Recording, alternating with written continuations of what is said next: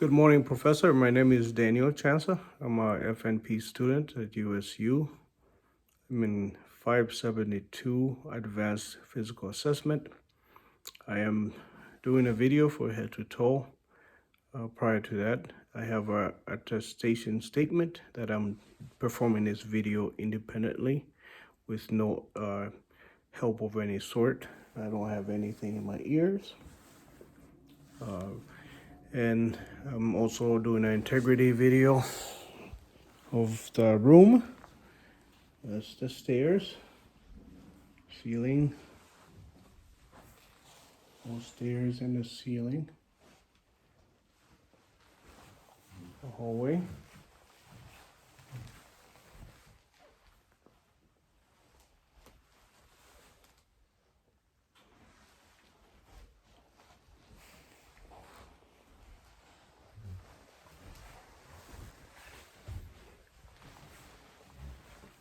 My tools, a blank paper in case we need it. My patient. Now we'll be sitting in his chair for the interview.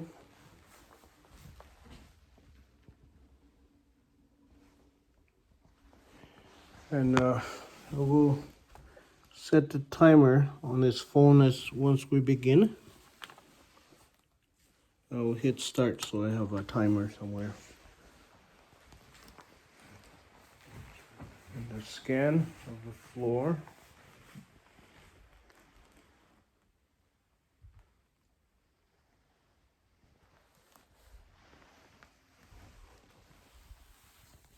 All right. I'm gonna position the phone so we can have a good view.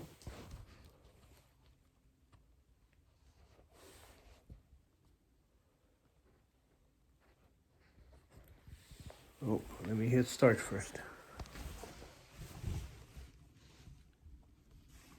All right.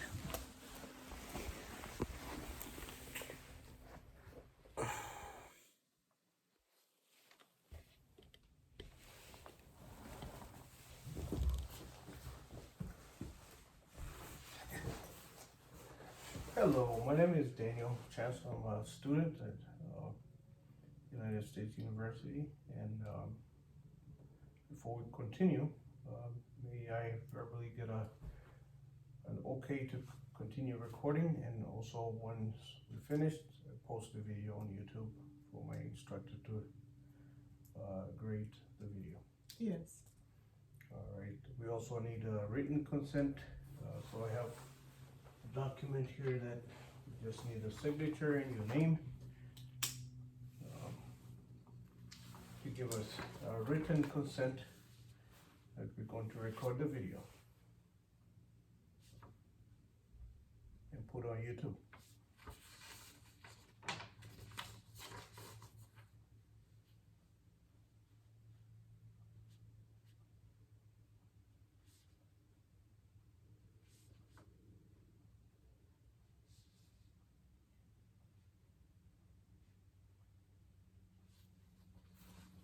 All right, thank you very much.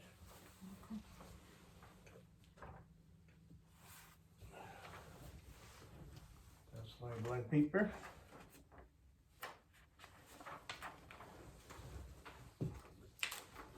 And how are you today? I'm fine, thank you. All right. And what brings you in? Just came for a physical of yearly physical. Okay. All right. And as we begin, we'll begin with health history of your family, beginning with both grandparents. Are your grandparents alive today? No. On both sides? Both sides, no. Okay. No, what happened? Both grandparents passed away when I was little, so I don't know much. Okay. All right. And how about your parents? Are your parents both alive? My mom is. Okay.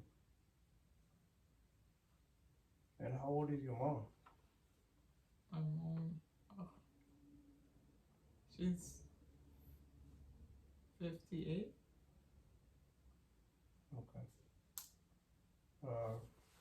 I'm just gonna ask some questions about health history. Does she have any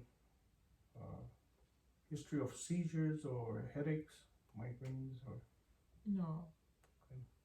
does she have any vision problems or anything of that nature? She wears glasses. Wears glasses. Mhm. Does she have any hearing problems? No. Any problems with her sense of smell or her nose? No. Does she have any trouble swallowing or any issue swallowing? No. Any cardiac problems such as palpitations, high blood pressure, heart disease? She does have high blood pressure and she takes meds for that. Takes medicines? Mm-hmm. You know what she takes? Lisinopril.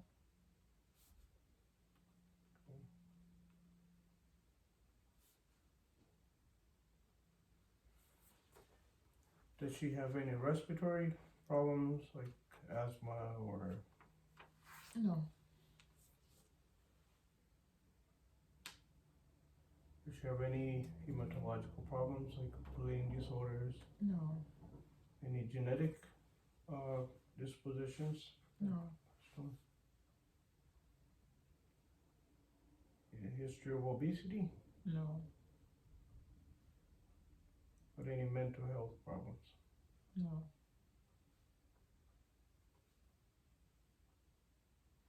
Does she have any history of any seizures or anything? No.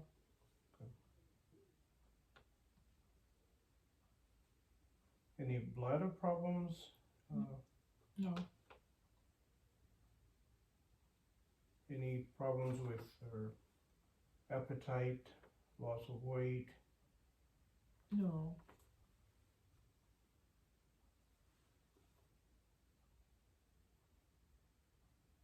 Does she have any other medical problems? Any surgeries? No. And how many children does your mother have? 2. Oh, that's your sibling. Okay, that brings us to him. Does you have a sibling? Yes. Yes. A female or a male? A boy. Does he have any history of any seizures or anything? No. Does he have any hearing problems? No. Does he have any cardiovascular problems? No. Any respiratory complications, asthma? No. Has there been any problems with any arthritis or anything in the musculoskeletal? No. Any deformities? No. Obesity? No. Any GI issues, constipation for him? Okay, no. No. Does he have any bladder problems? No. Does he have any major illnesses? No.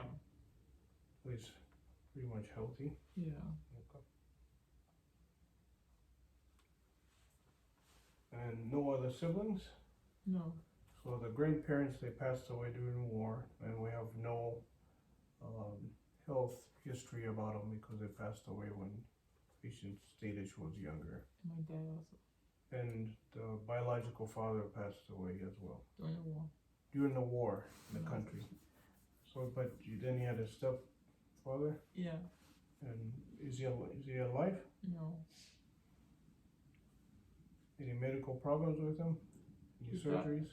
He passed away from cancer, leukemia. Leukemia? Oh. How long did he have the cancer? Well, when he got diagnosed, it took about 3 months. 3 months? Mm-hmm. I'm sorry to hear that.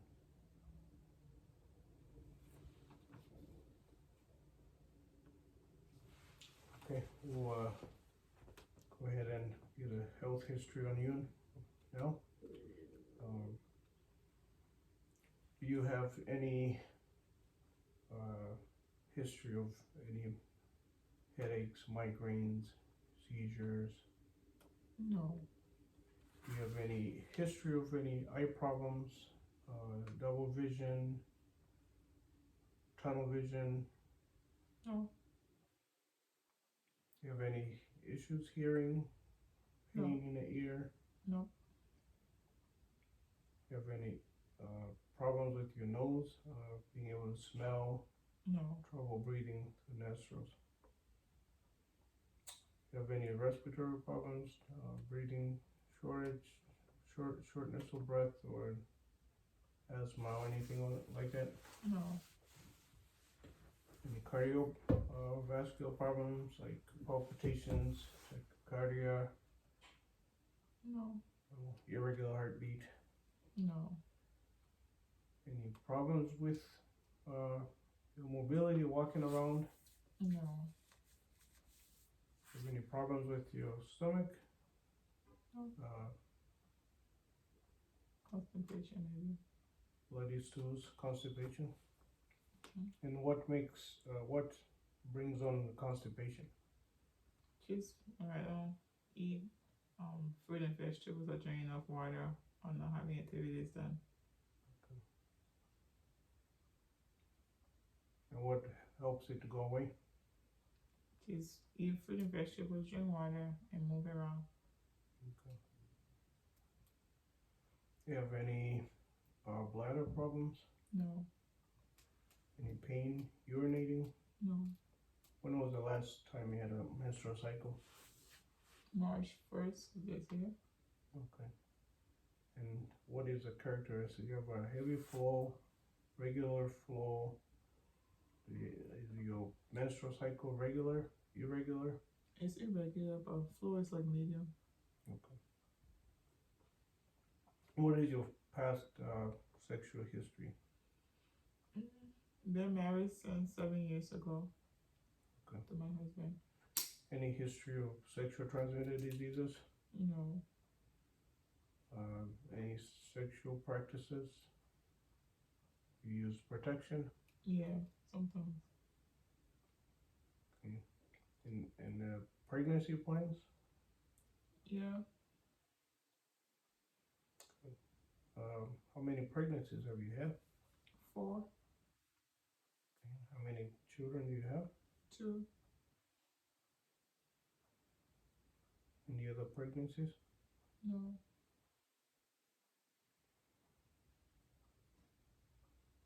Abortion? No. Miscarriage? Yes. 1? 2? Yes. 1.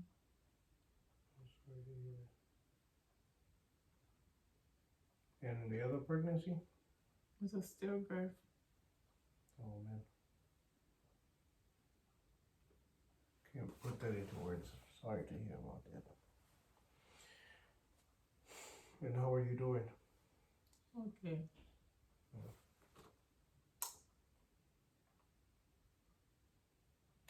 Do you have any stressors in your life right now?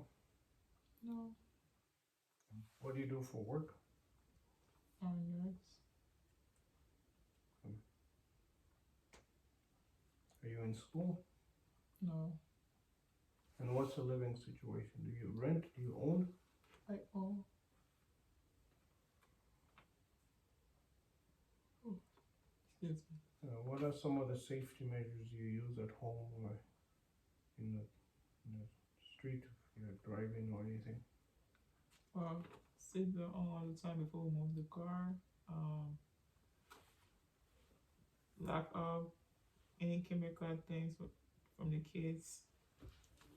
And put a safety stove cap onto the kitchen floor with the stove. Yeah. Okay, are you currently taking any medicine? No. Okay. Do you smoke? No. Do you vape? No. You drink alcohol? No. You do illegal drugs? No. You have any allergies? No. I don't know. You have any food allergies? No. You have any environmental allergies? No. Do you have any heat intolerance No. or cold intolerance? No.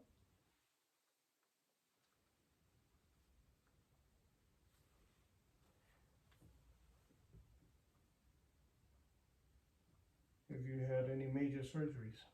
Yeah. When was the surgery and what type of surgery was it? I had one of my tubes and ovary removed this year. Excuse me, July of last year. Ovary removal? Yeah, ovary and tube, and fallopian tube. Left, right? Left. Left side. Mm-hmm.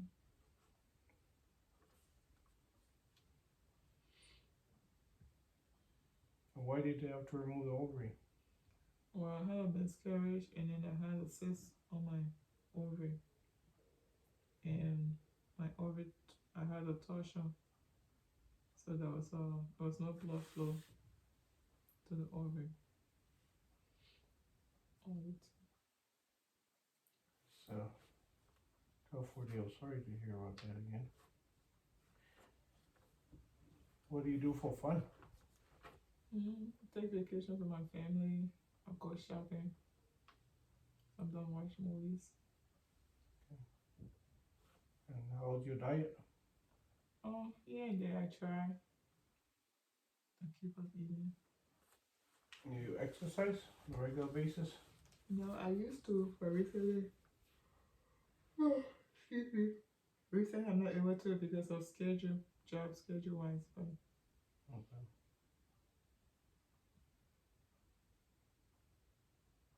Do you eat out a lot? no, How's the hydration? Drink a lot of water? How many Try- cups do you drink? try to. I can't. I'm not measuring how many cups I drink, but I try to drink as much water. Do you have any affiliation with the military? No, About religion? I'm a 7-day Adventist. Okay. What are some of your hobbies? Well, if just very walking around, walking in nature,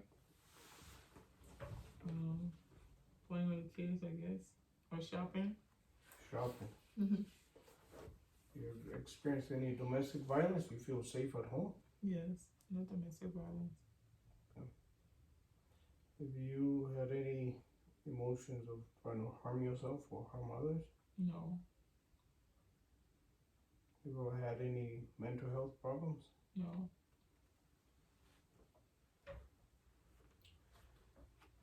What are some of the safety things you do at home or for the children? Safety. I lack of chemical stuff or any medications in the house.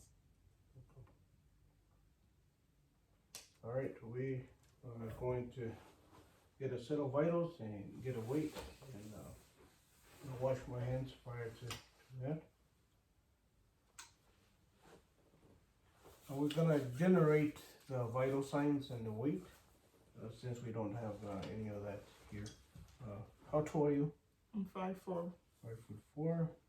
And how much you weigh? Each I weigh 130 to 135. 135. Okay.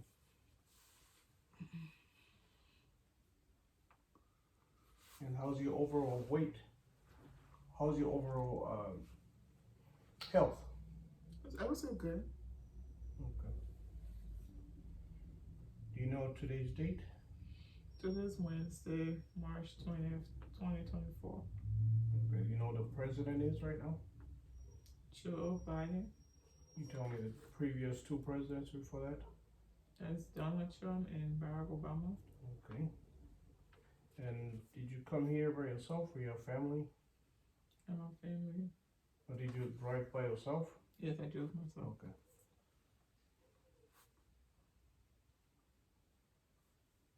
So my patient presents independently. She seems to be in a good posture. Hygiene is adequate overall.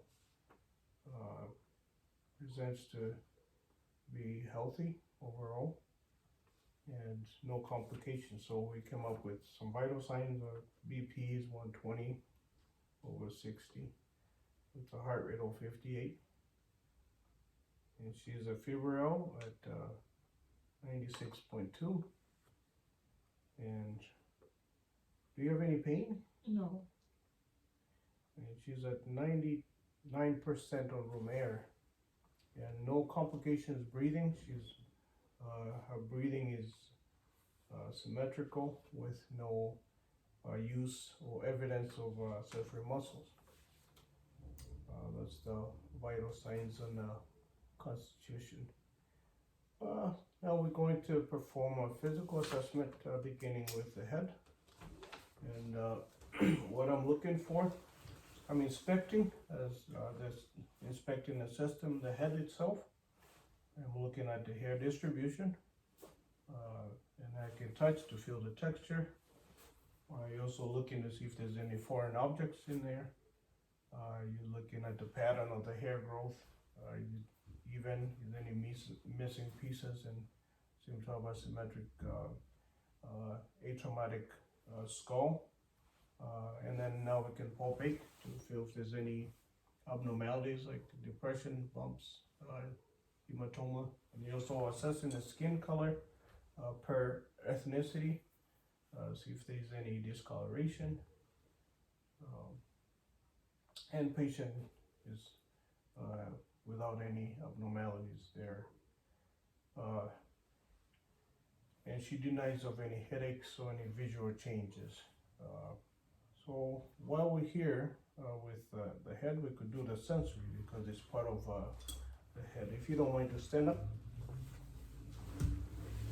And for sensory, you have patient close eyes. So go ahead and close your eyes and have your arms up.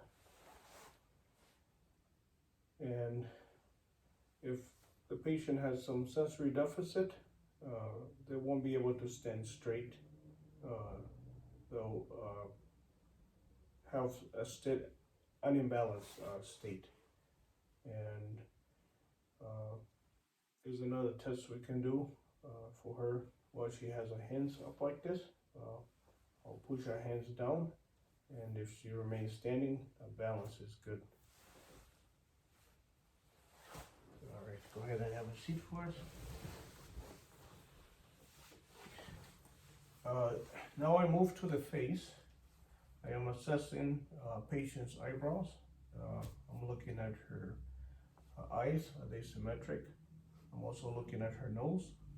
And,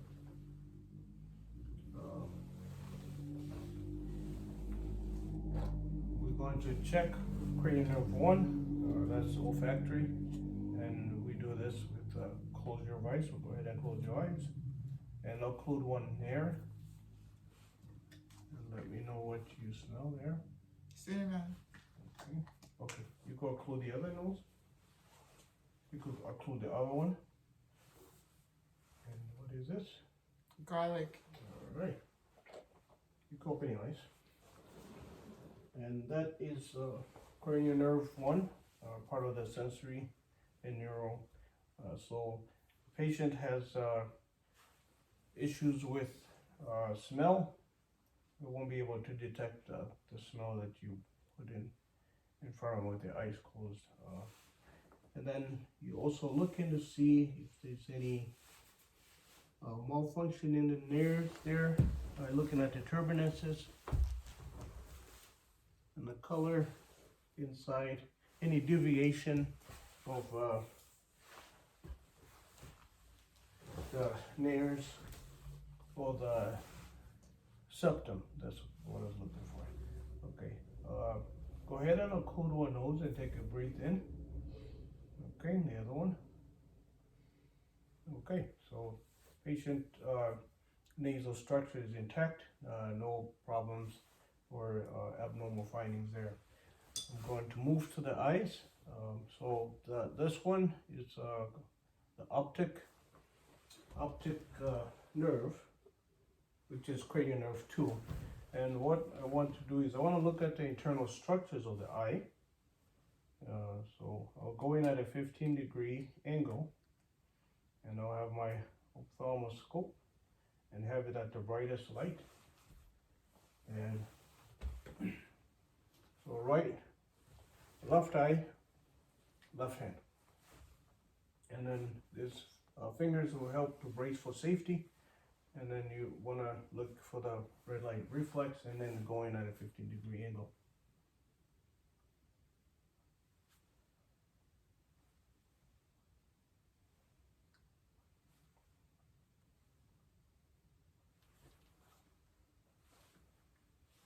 Okay, so right hand over the brace for safety. You see the light, and you go in, and you can see both red light reflex, and you're looking at the iris, the lenses, and inside the eye structure you can see the optic disc and optic nerve and veins, and the ratio of this is 3 to 1. And then you could go ahead and now move to the other eye because we're assessing bilateral. Once again, you turn on the brightest light.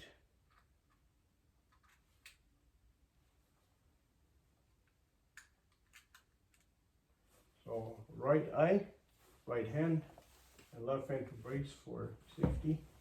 You find the red reflex, and then you go in at a 15-degree angle, and you're looking at the iris, you're looking at the optic disc,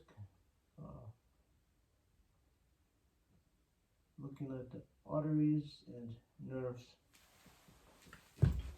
and they're intact. Cranial nerve 3, 4, and 6 kind of work similar. They have a motor function of the eye, so you can see, and they also help with visual acuity with different outer space. So optic 3 is ocular, 4 trochlear motor, and then 6 is abducens. So you can see consensual is we're going to assess the opposite, and then direct we assess the exact eye.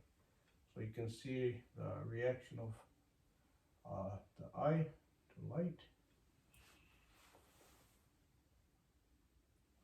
That's direct, and then consensual, I'm shining here, but I'm assessing there.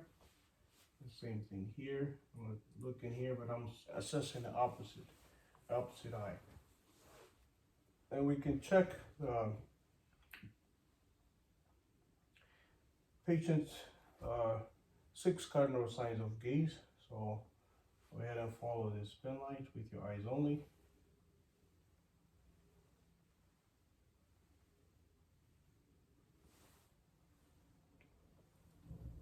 And then you can see eyes converge on the fourth there. That's there's no nystagmus. We're gonna go ahead and do the Snelling test. This will be 20 feet, and you ask patient to close. We just go ahead and put your hand here, and we just estimate that that's 6 feet.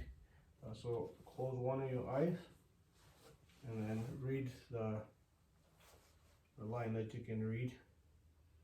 LTFPH. Okay.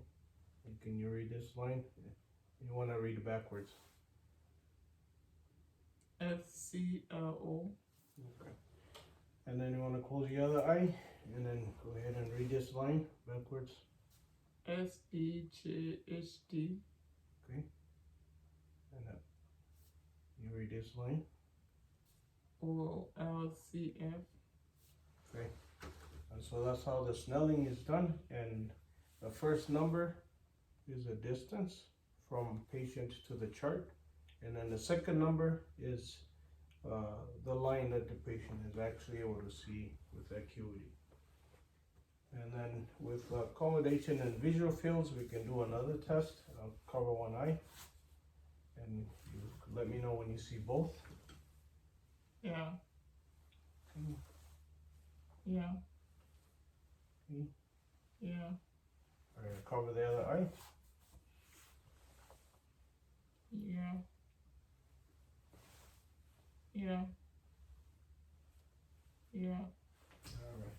All right. You check the visual fields with that, and also you ask patient to go ahead and look at a distance, and then you could see a light. The eyes constrict, and then if you focus on this one. So dilation from a distance and constriction from close range.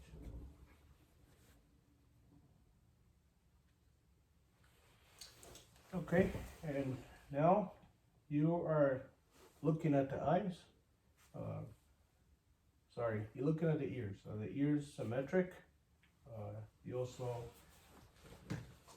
use the otoscope so you can see the inside of the ear.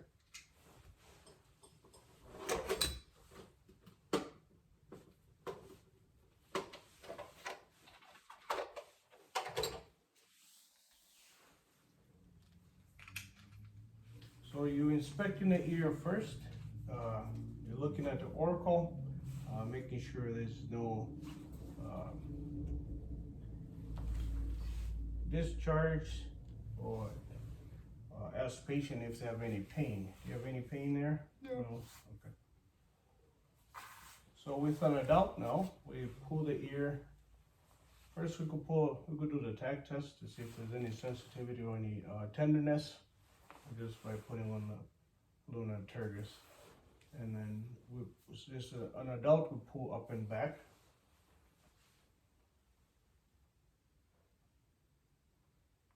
And when you look in the internal structures, you should be able to see the incus, the malleus process, and the short process, and the cone of light.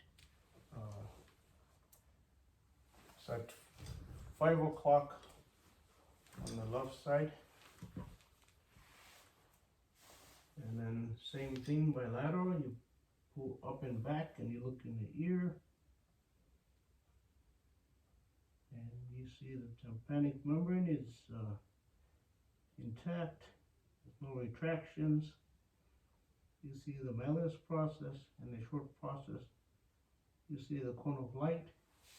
7 o'clock. 7 o'clock on the left side, 5 o'clock on the right side.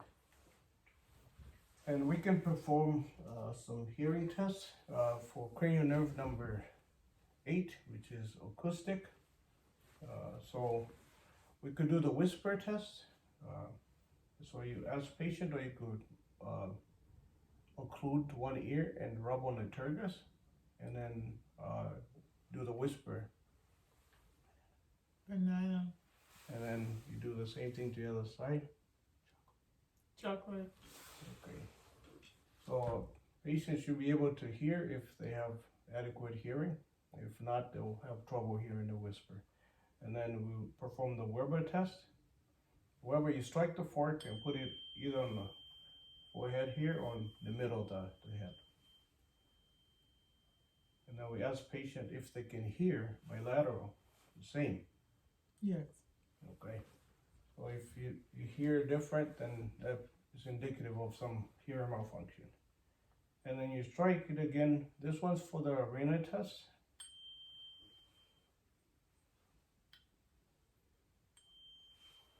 And you put on the mastoid process behind the ear.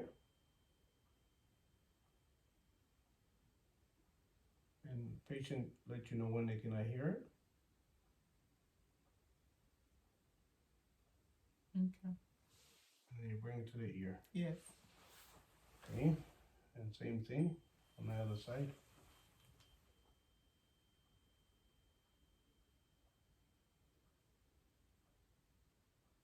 No. Okay, and then you bring it to the ear. Yes.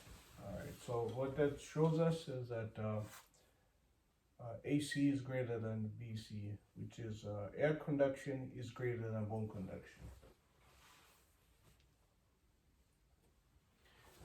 While I'm still here, I'm gonna go ahead and check on patients' sinuses.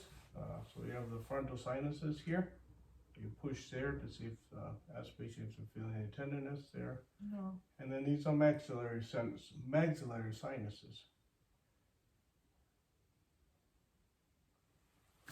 And no tenderness there. And then while we're here, we can check the TMJ, which is transcendible joint,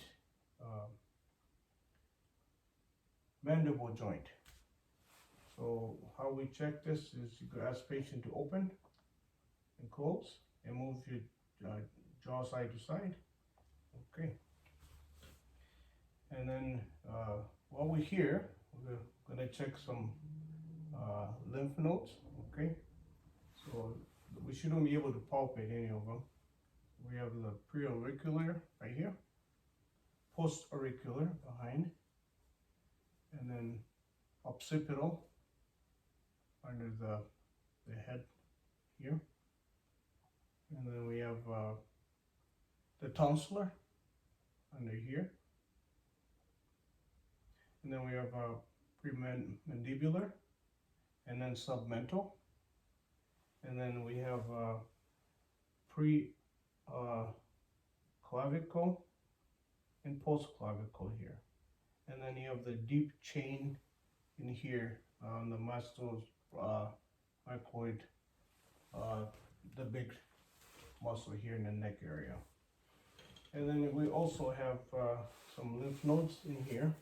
This auxiliary, and then epitropia is right here. That's the lymph node you find there.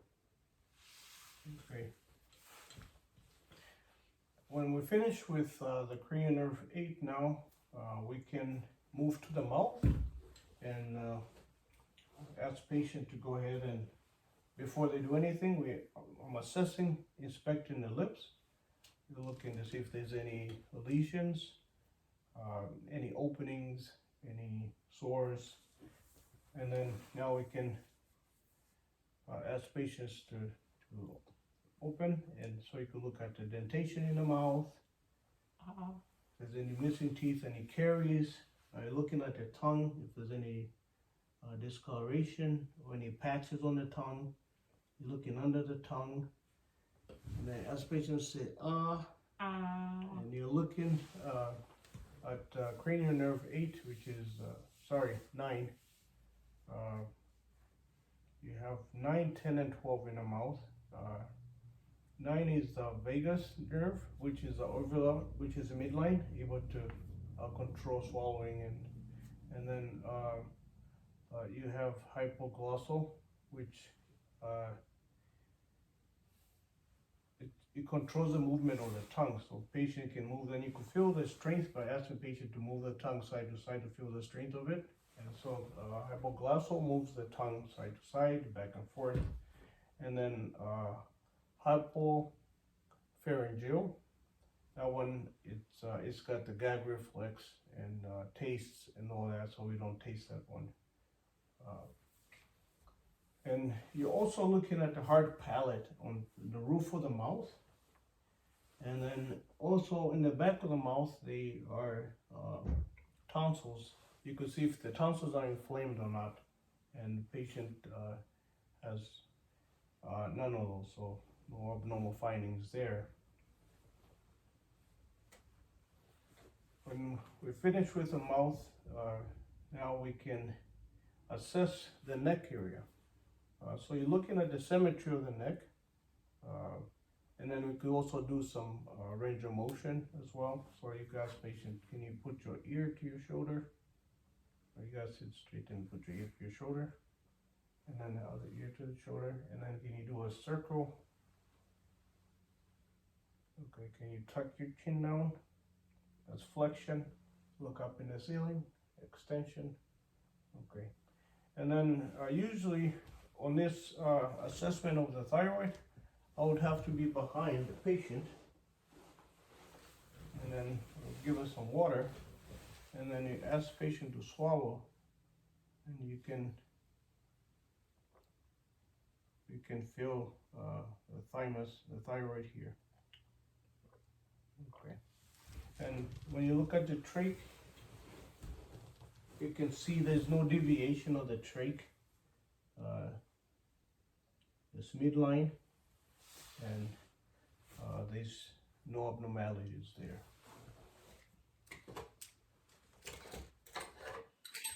Okay, while I'm still on the neck, I would like to visualize the carotid artery. So I ask patient to go and lay down, and we'll put a pillow. We can assess.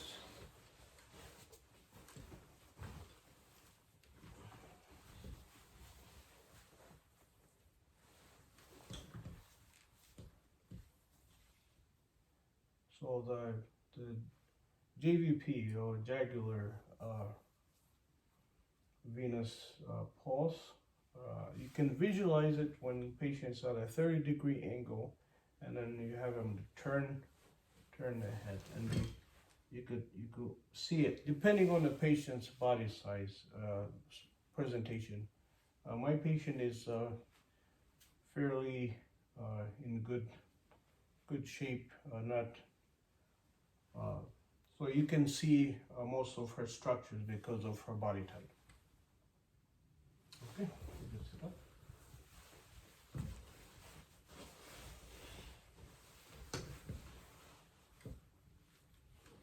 We'll check some strength and do some range of motions. So can you put your hands out? This the range. This is for the upper extremities range of motion. Okay, put your arms out. Keep your hands up. Move your back. Okay. Okay. I'm gonna push in. You try to resist. Okay. Put your hands like this. Okay. And I'm gonna push out, and you resist. Okay. Strength +2.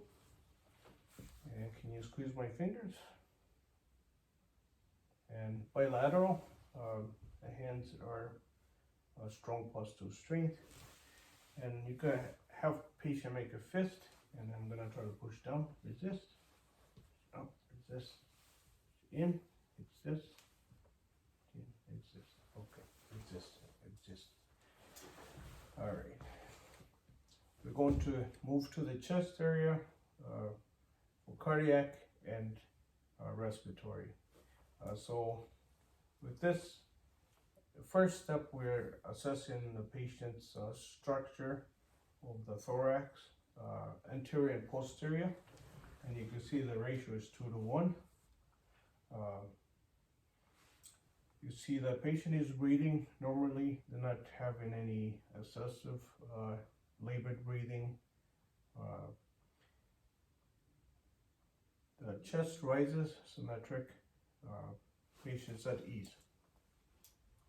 We're going to palpate, beginning with posterior, and we're checking firmness.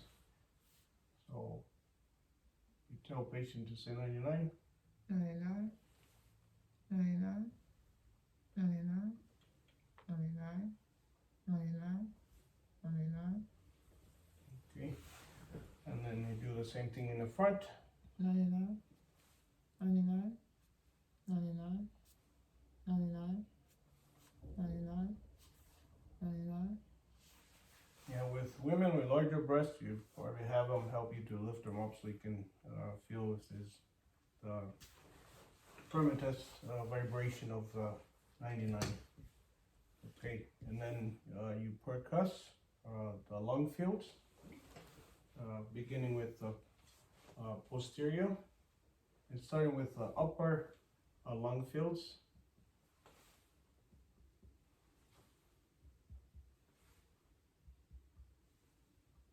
And it's so timpani as I'm percussing because of the air, so they produce a timpani sound. And then in the front, the anterior, we palpating in the lung fields. Begin with upper anterior lung fields, and then in the in-between intercostal spaces.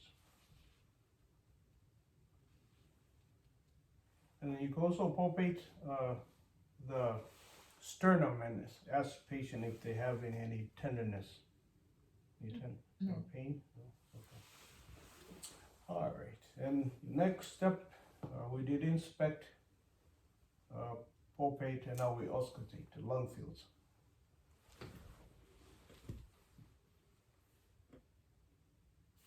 Good. Take a deep breath.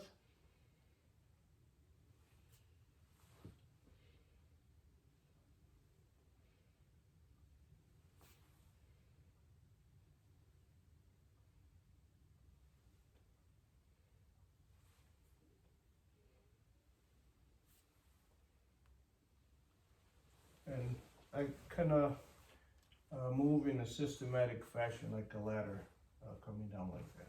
Okay. I'm still, with lung sounds, use the diaphragm, and vascular sound, use the bell. Okay, take a deep breath.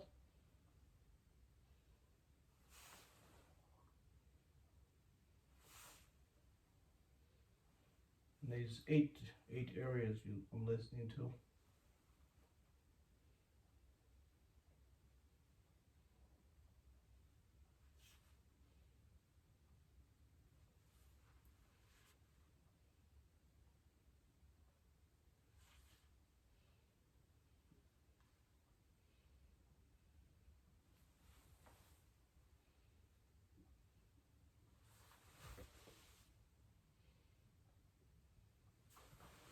And then the lateral lobes, you can hear some lung sounds there as well. So that's posterior, anterior, posterior. And now for the cardiac sounds and vascular sounds, I'm gonna go ahead and there's 5 areas I'm gonna be listening to over the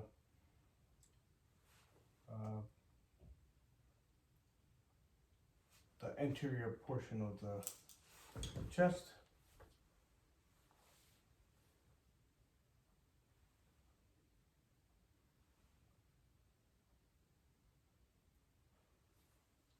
So the left side, second intercostal, is going to be my aortic.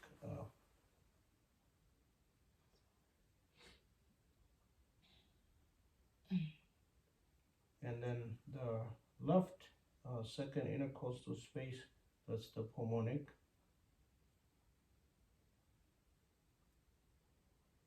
And then just down, the third intercostal space, that's going to be your Erb's point or apex point.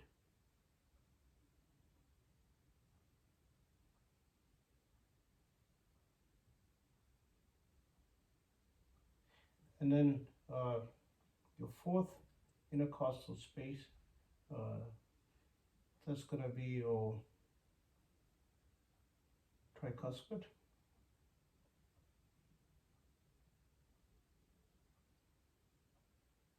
And then the fifth mid-clavicular intercostal space, that's your mitral space.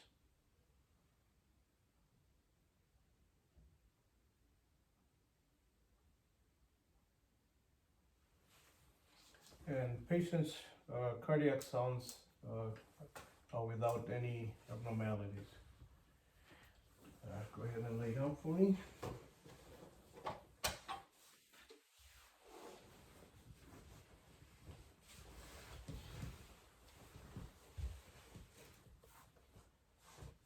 We're still in this section, so we're going to go ahead and perform an abdominal exam. And patient exposes the abdomen. You provide a blanket for privacy. All right, so the abdomen has some structures in them. On the right upper quadrant, we have the liver. On the left upper quadrant, we have the spleen. And the appendix, right lower. So the abdomen is divided in 4 sections: right upper, left upper, lower quadrant, and right lower quadrant. So the first, with the abdomen, we want to auscultate first before we mess up any sounds that's in the abdomen. And we are listening for the vowel sounds. Quadrants, begin with the right lower quadrant. No more active. And you listen between 3 to 5 minutes.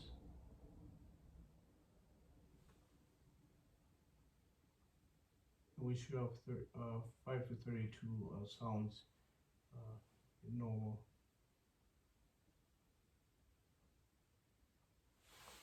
Okay.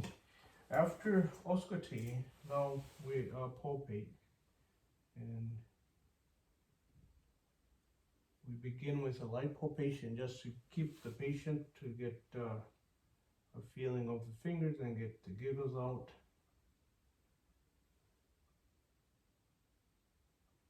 And then now we depulpate 3 to 5 centimeters deep, and we are looking to see if there's any, if you could feel any abnormal feelings like masses or anything of that nature.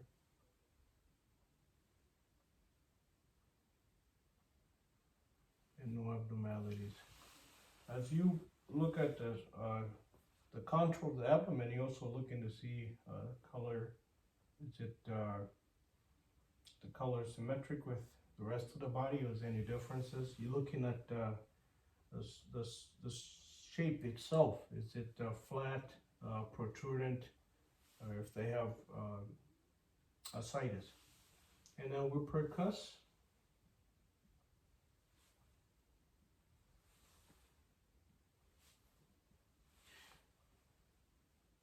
And if we push down and up, you could ask the patient to take a deep breath. You could kind of feel where the liver border is in here. And then you're going to auscultate the structures to make sure there's no rubs of any kind. The liver, no hepatic rubs or splenic rubs. So the abdomen does have some vascular sounds, which we're going to listen to. The first one above the umbilicus, that's your aorta.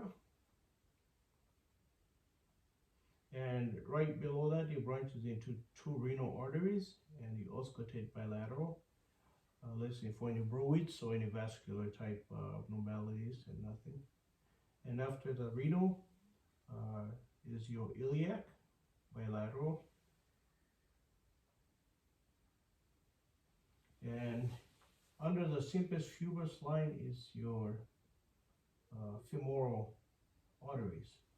You auscultate bilateral as well.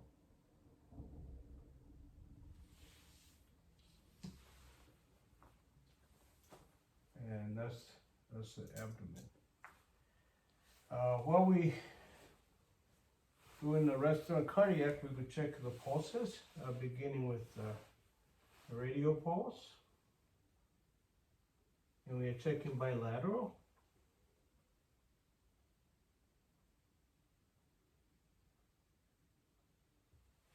And then we have the brachial.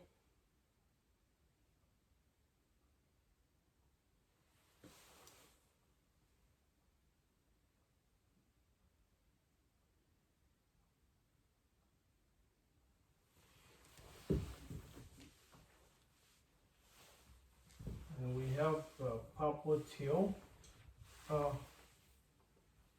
pulse. And this is between behind the patella in the fossa area here. And then you have your dorsalis pedis artery.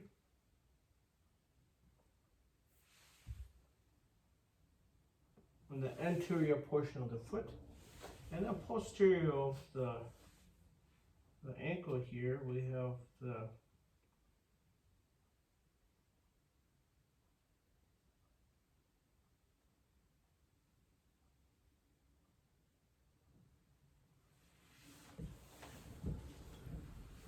and then you also have your inguinal arteries, but for the nature of privacy, we won't assess those ones. You're also looking at patient's color of the skin, and then you could do some skin turgor, ensure there's no abnormalities there. And then you're looking at the DIP of the fingers, the distal, and we look in, and we could do some capillary fills. And it, once depressed, it pinks up in less than 3 seconds. And you compare that bilateral.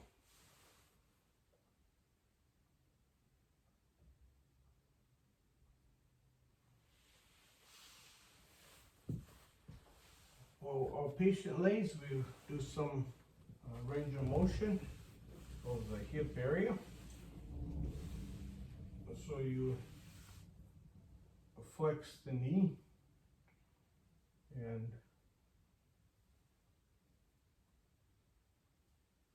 kind of push. For rotation, you have one hand here on the outside, one inside, and you can push this way. And then you could flip and push on the outside, and that's for the hip. If patient is having any discomfort during that, it can show abnormality or something with the hip going on. And then you want to compare that with both sides again. We have adduction and abduction of the hip, and then we can flex and extension. So flex and extension, passive range of motion. You can also have patient rub her foot from the shin down, and same thing here. Okay.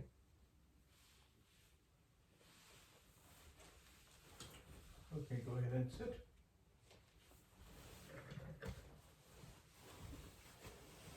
And we check some reflexes over here. On here we have the radio, so we use our hammer, and I usually go indirect, and there should be some jerky movement here, and then we have the bicep, and once again when I strike I should see some kind of jerky movements here.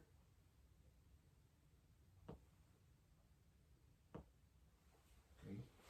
And then we have the tricep, which is we'll strike here, and we should have some kind of movement happening here.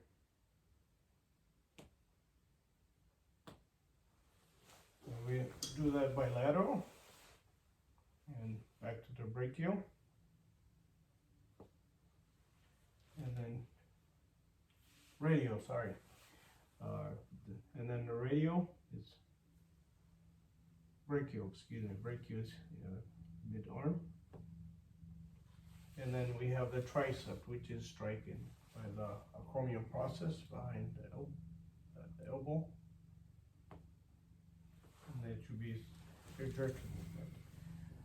And now we have the patella.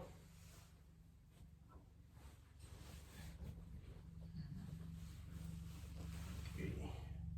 So you strike it right in between here, and you should get a jerky movement from the. There you go.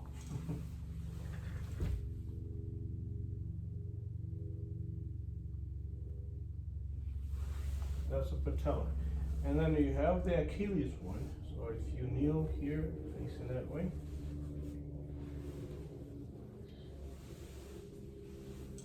This one we strike the patella area, and we should have a jerky movement here as well.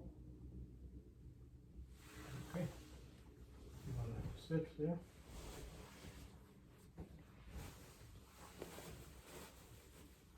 And then we have the Babinski reflex. Give me your foot.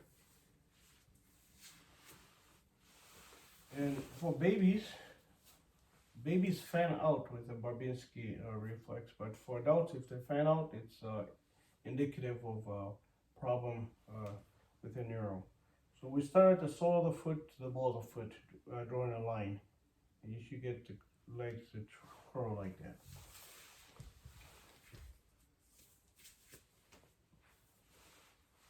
And the same thing on the other leg. You draw a line from the sole of the foot to the ball of the foot.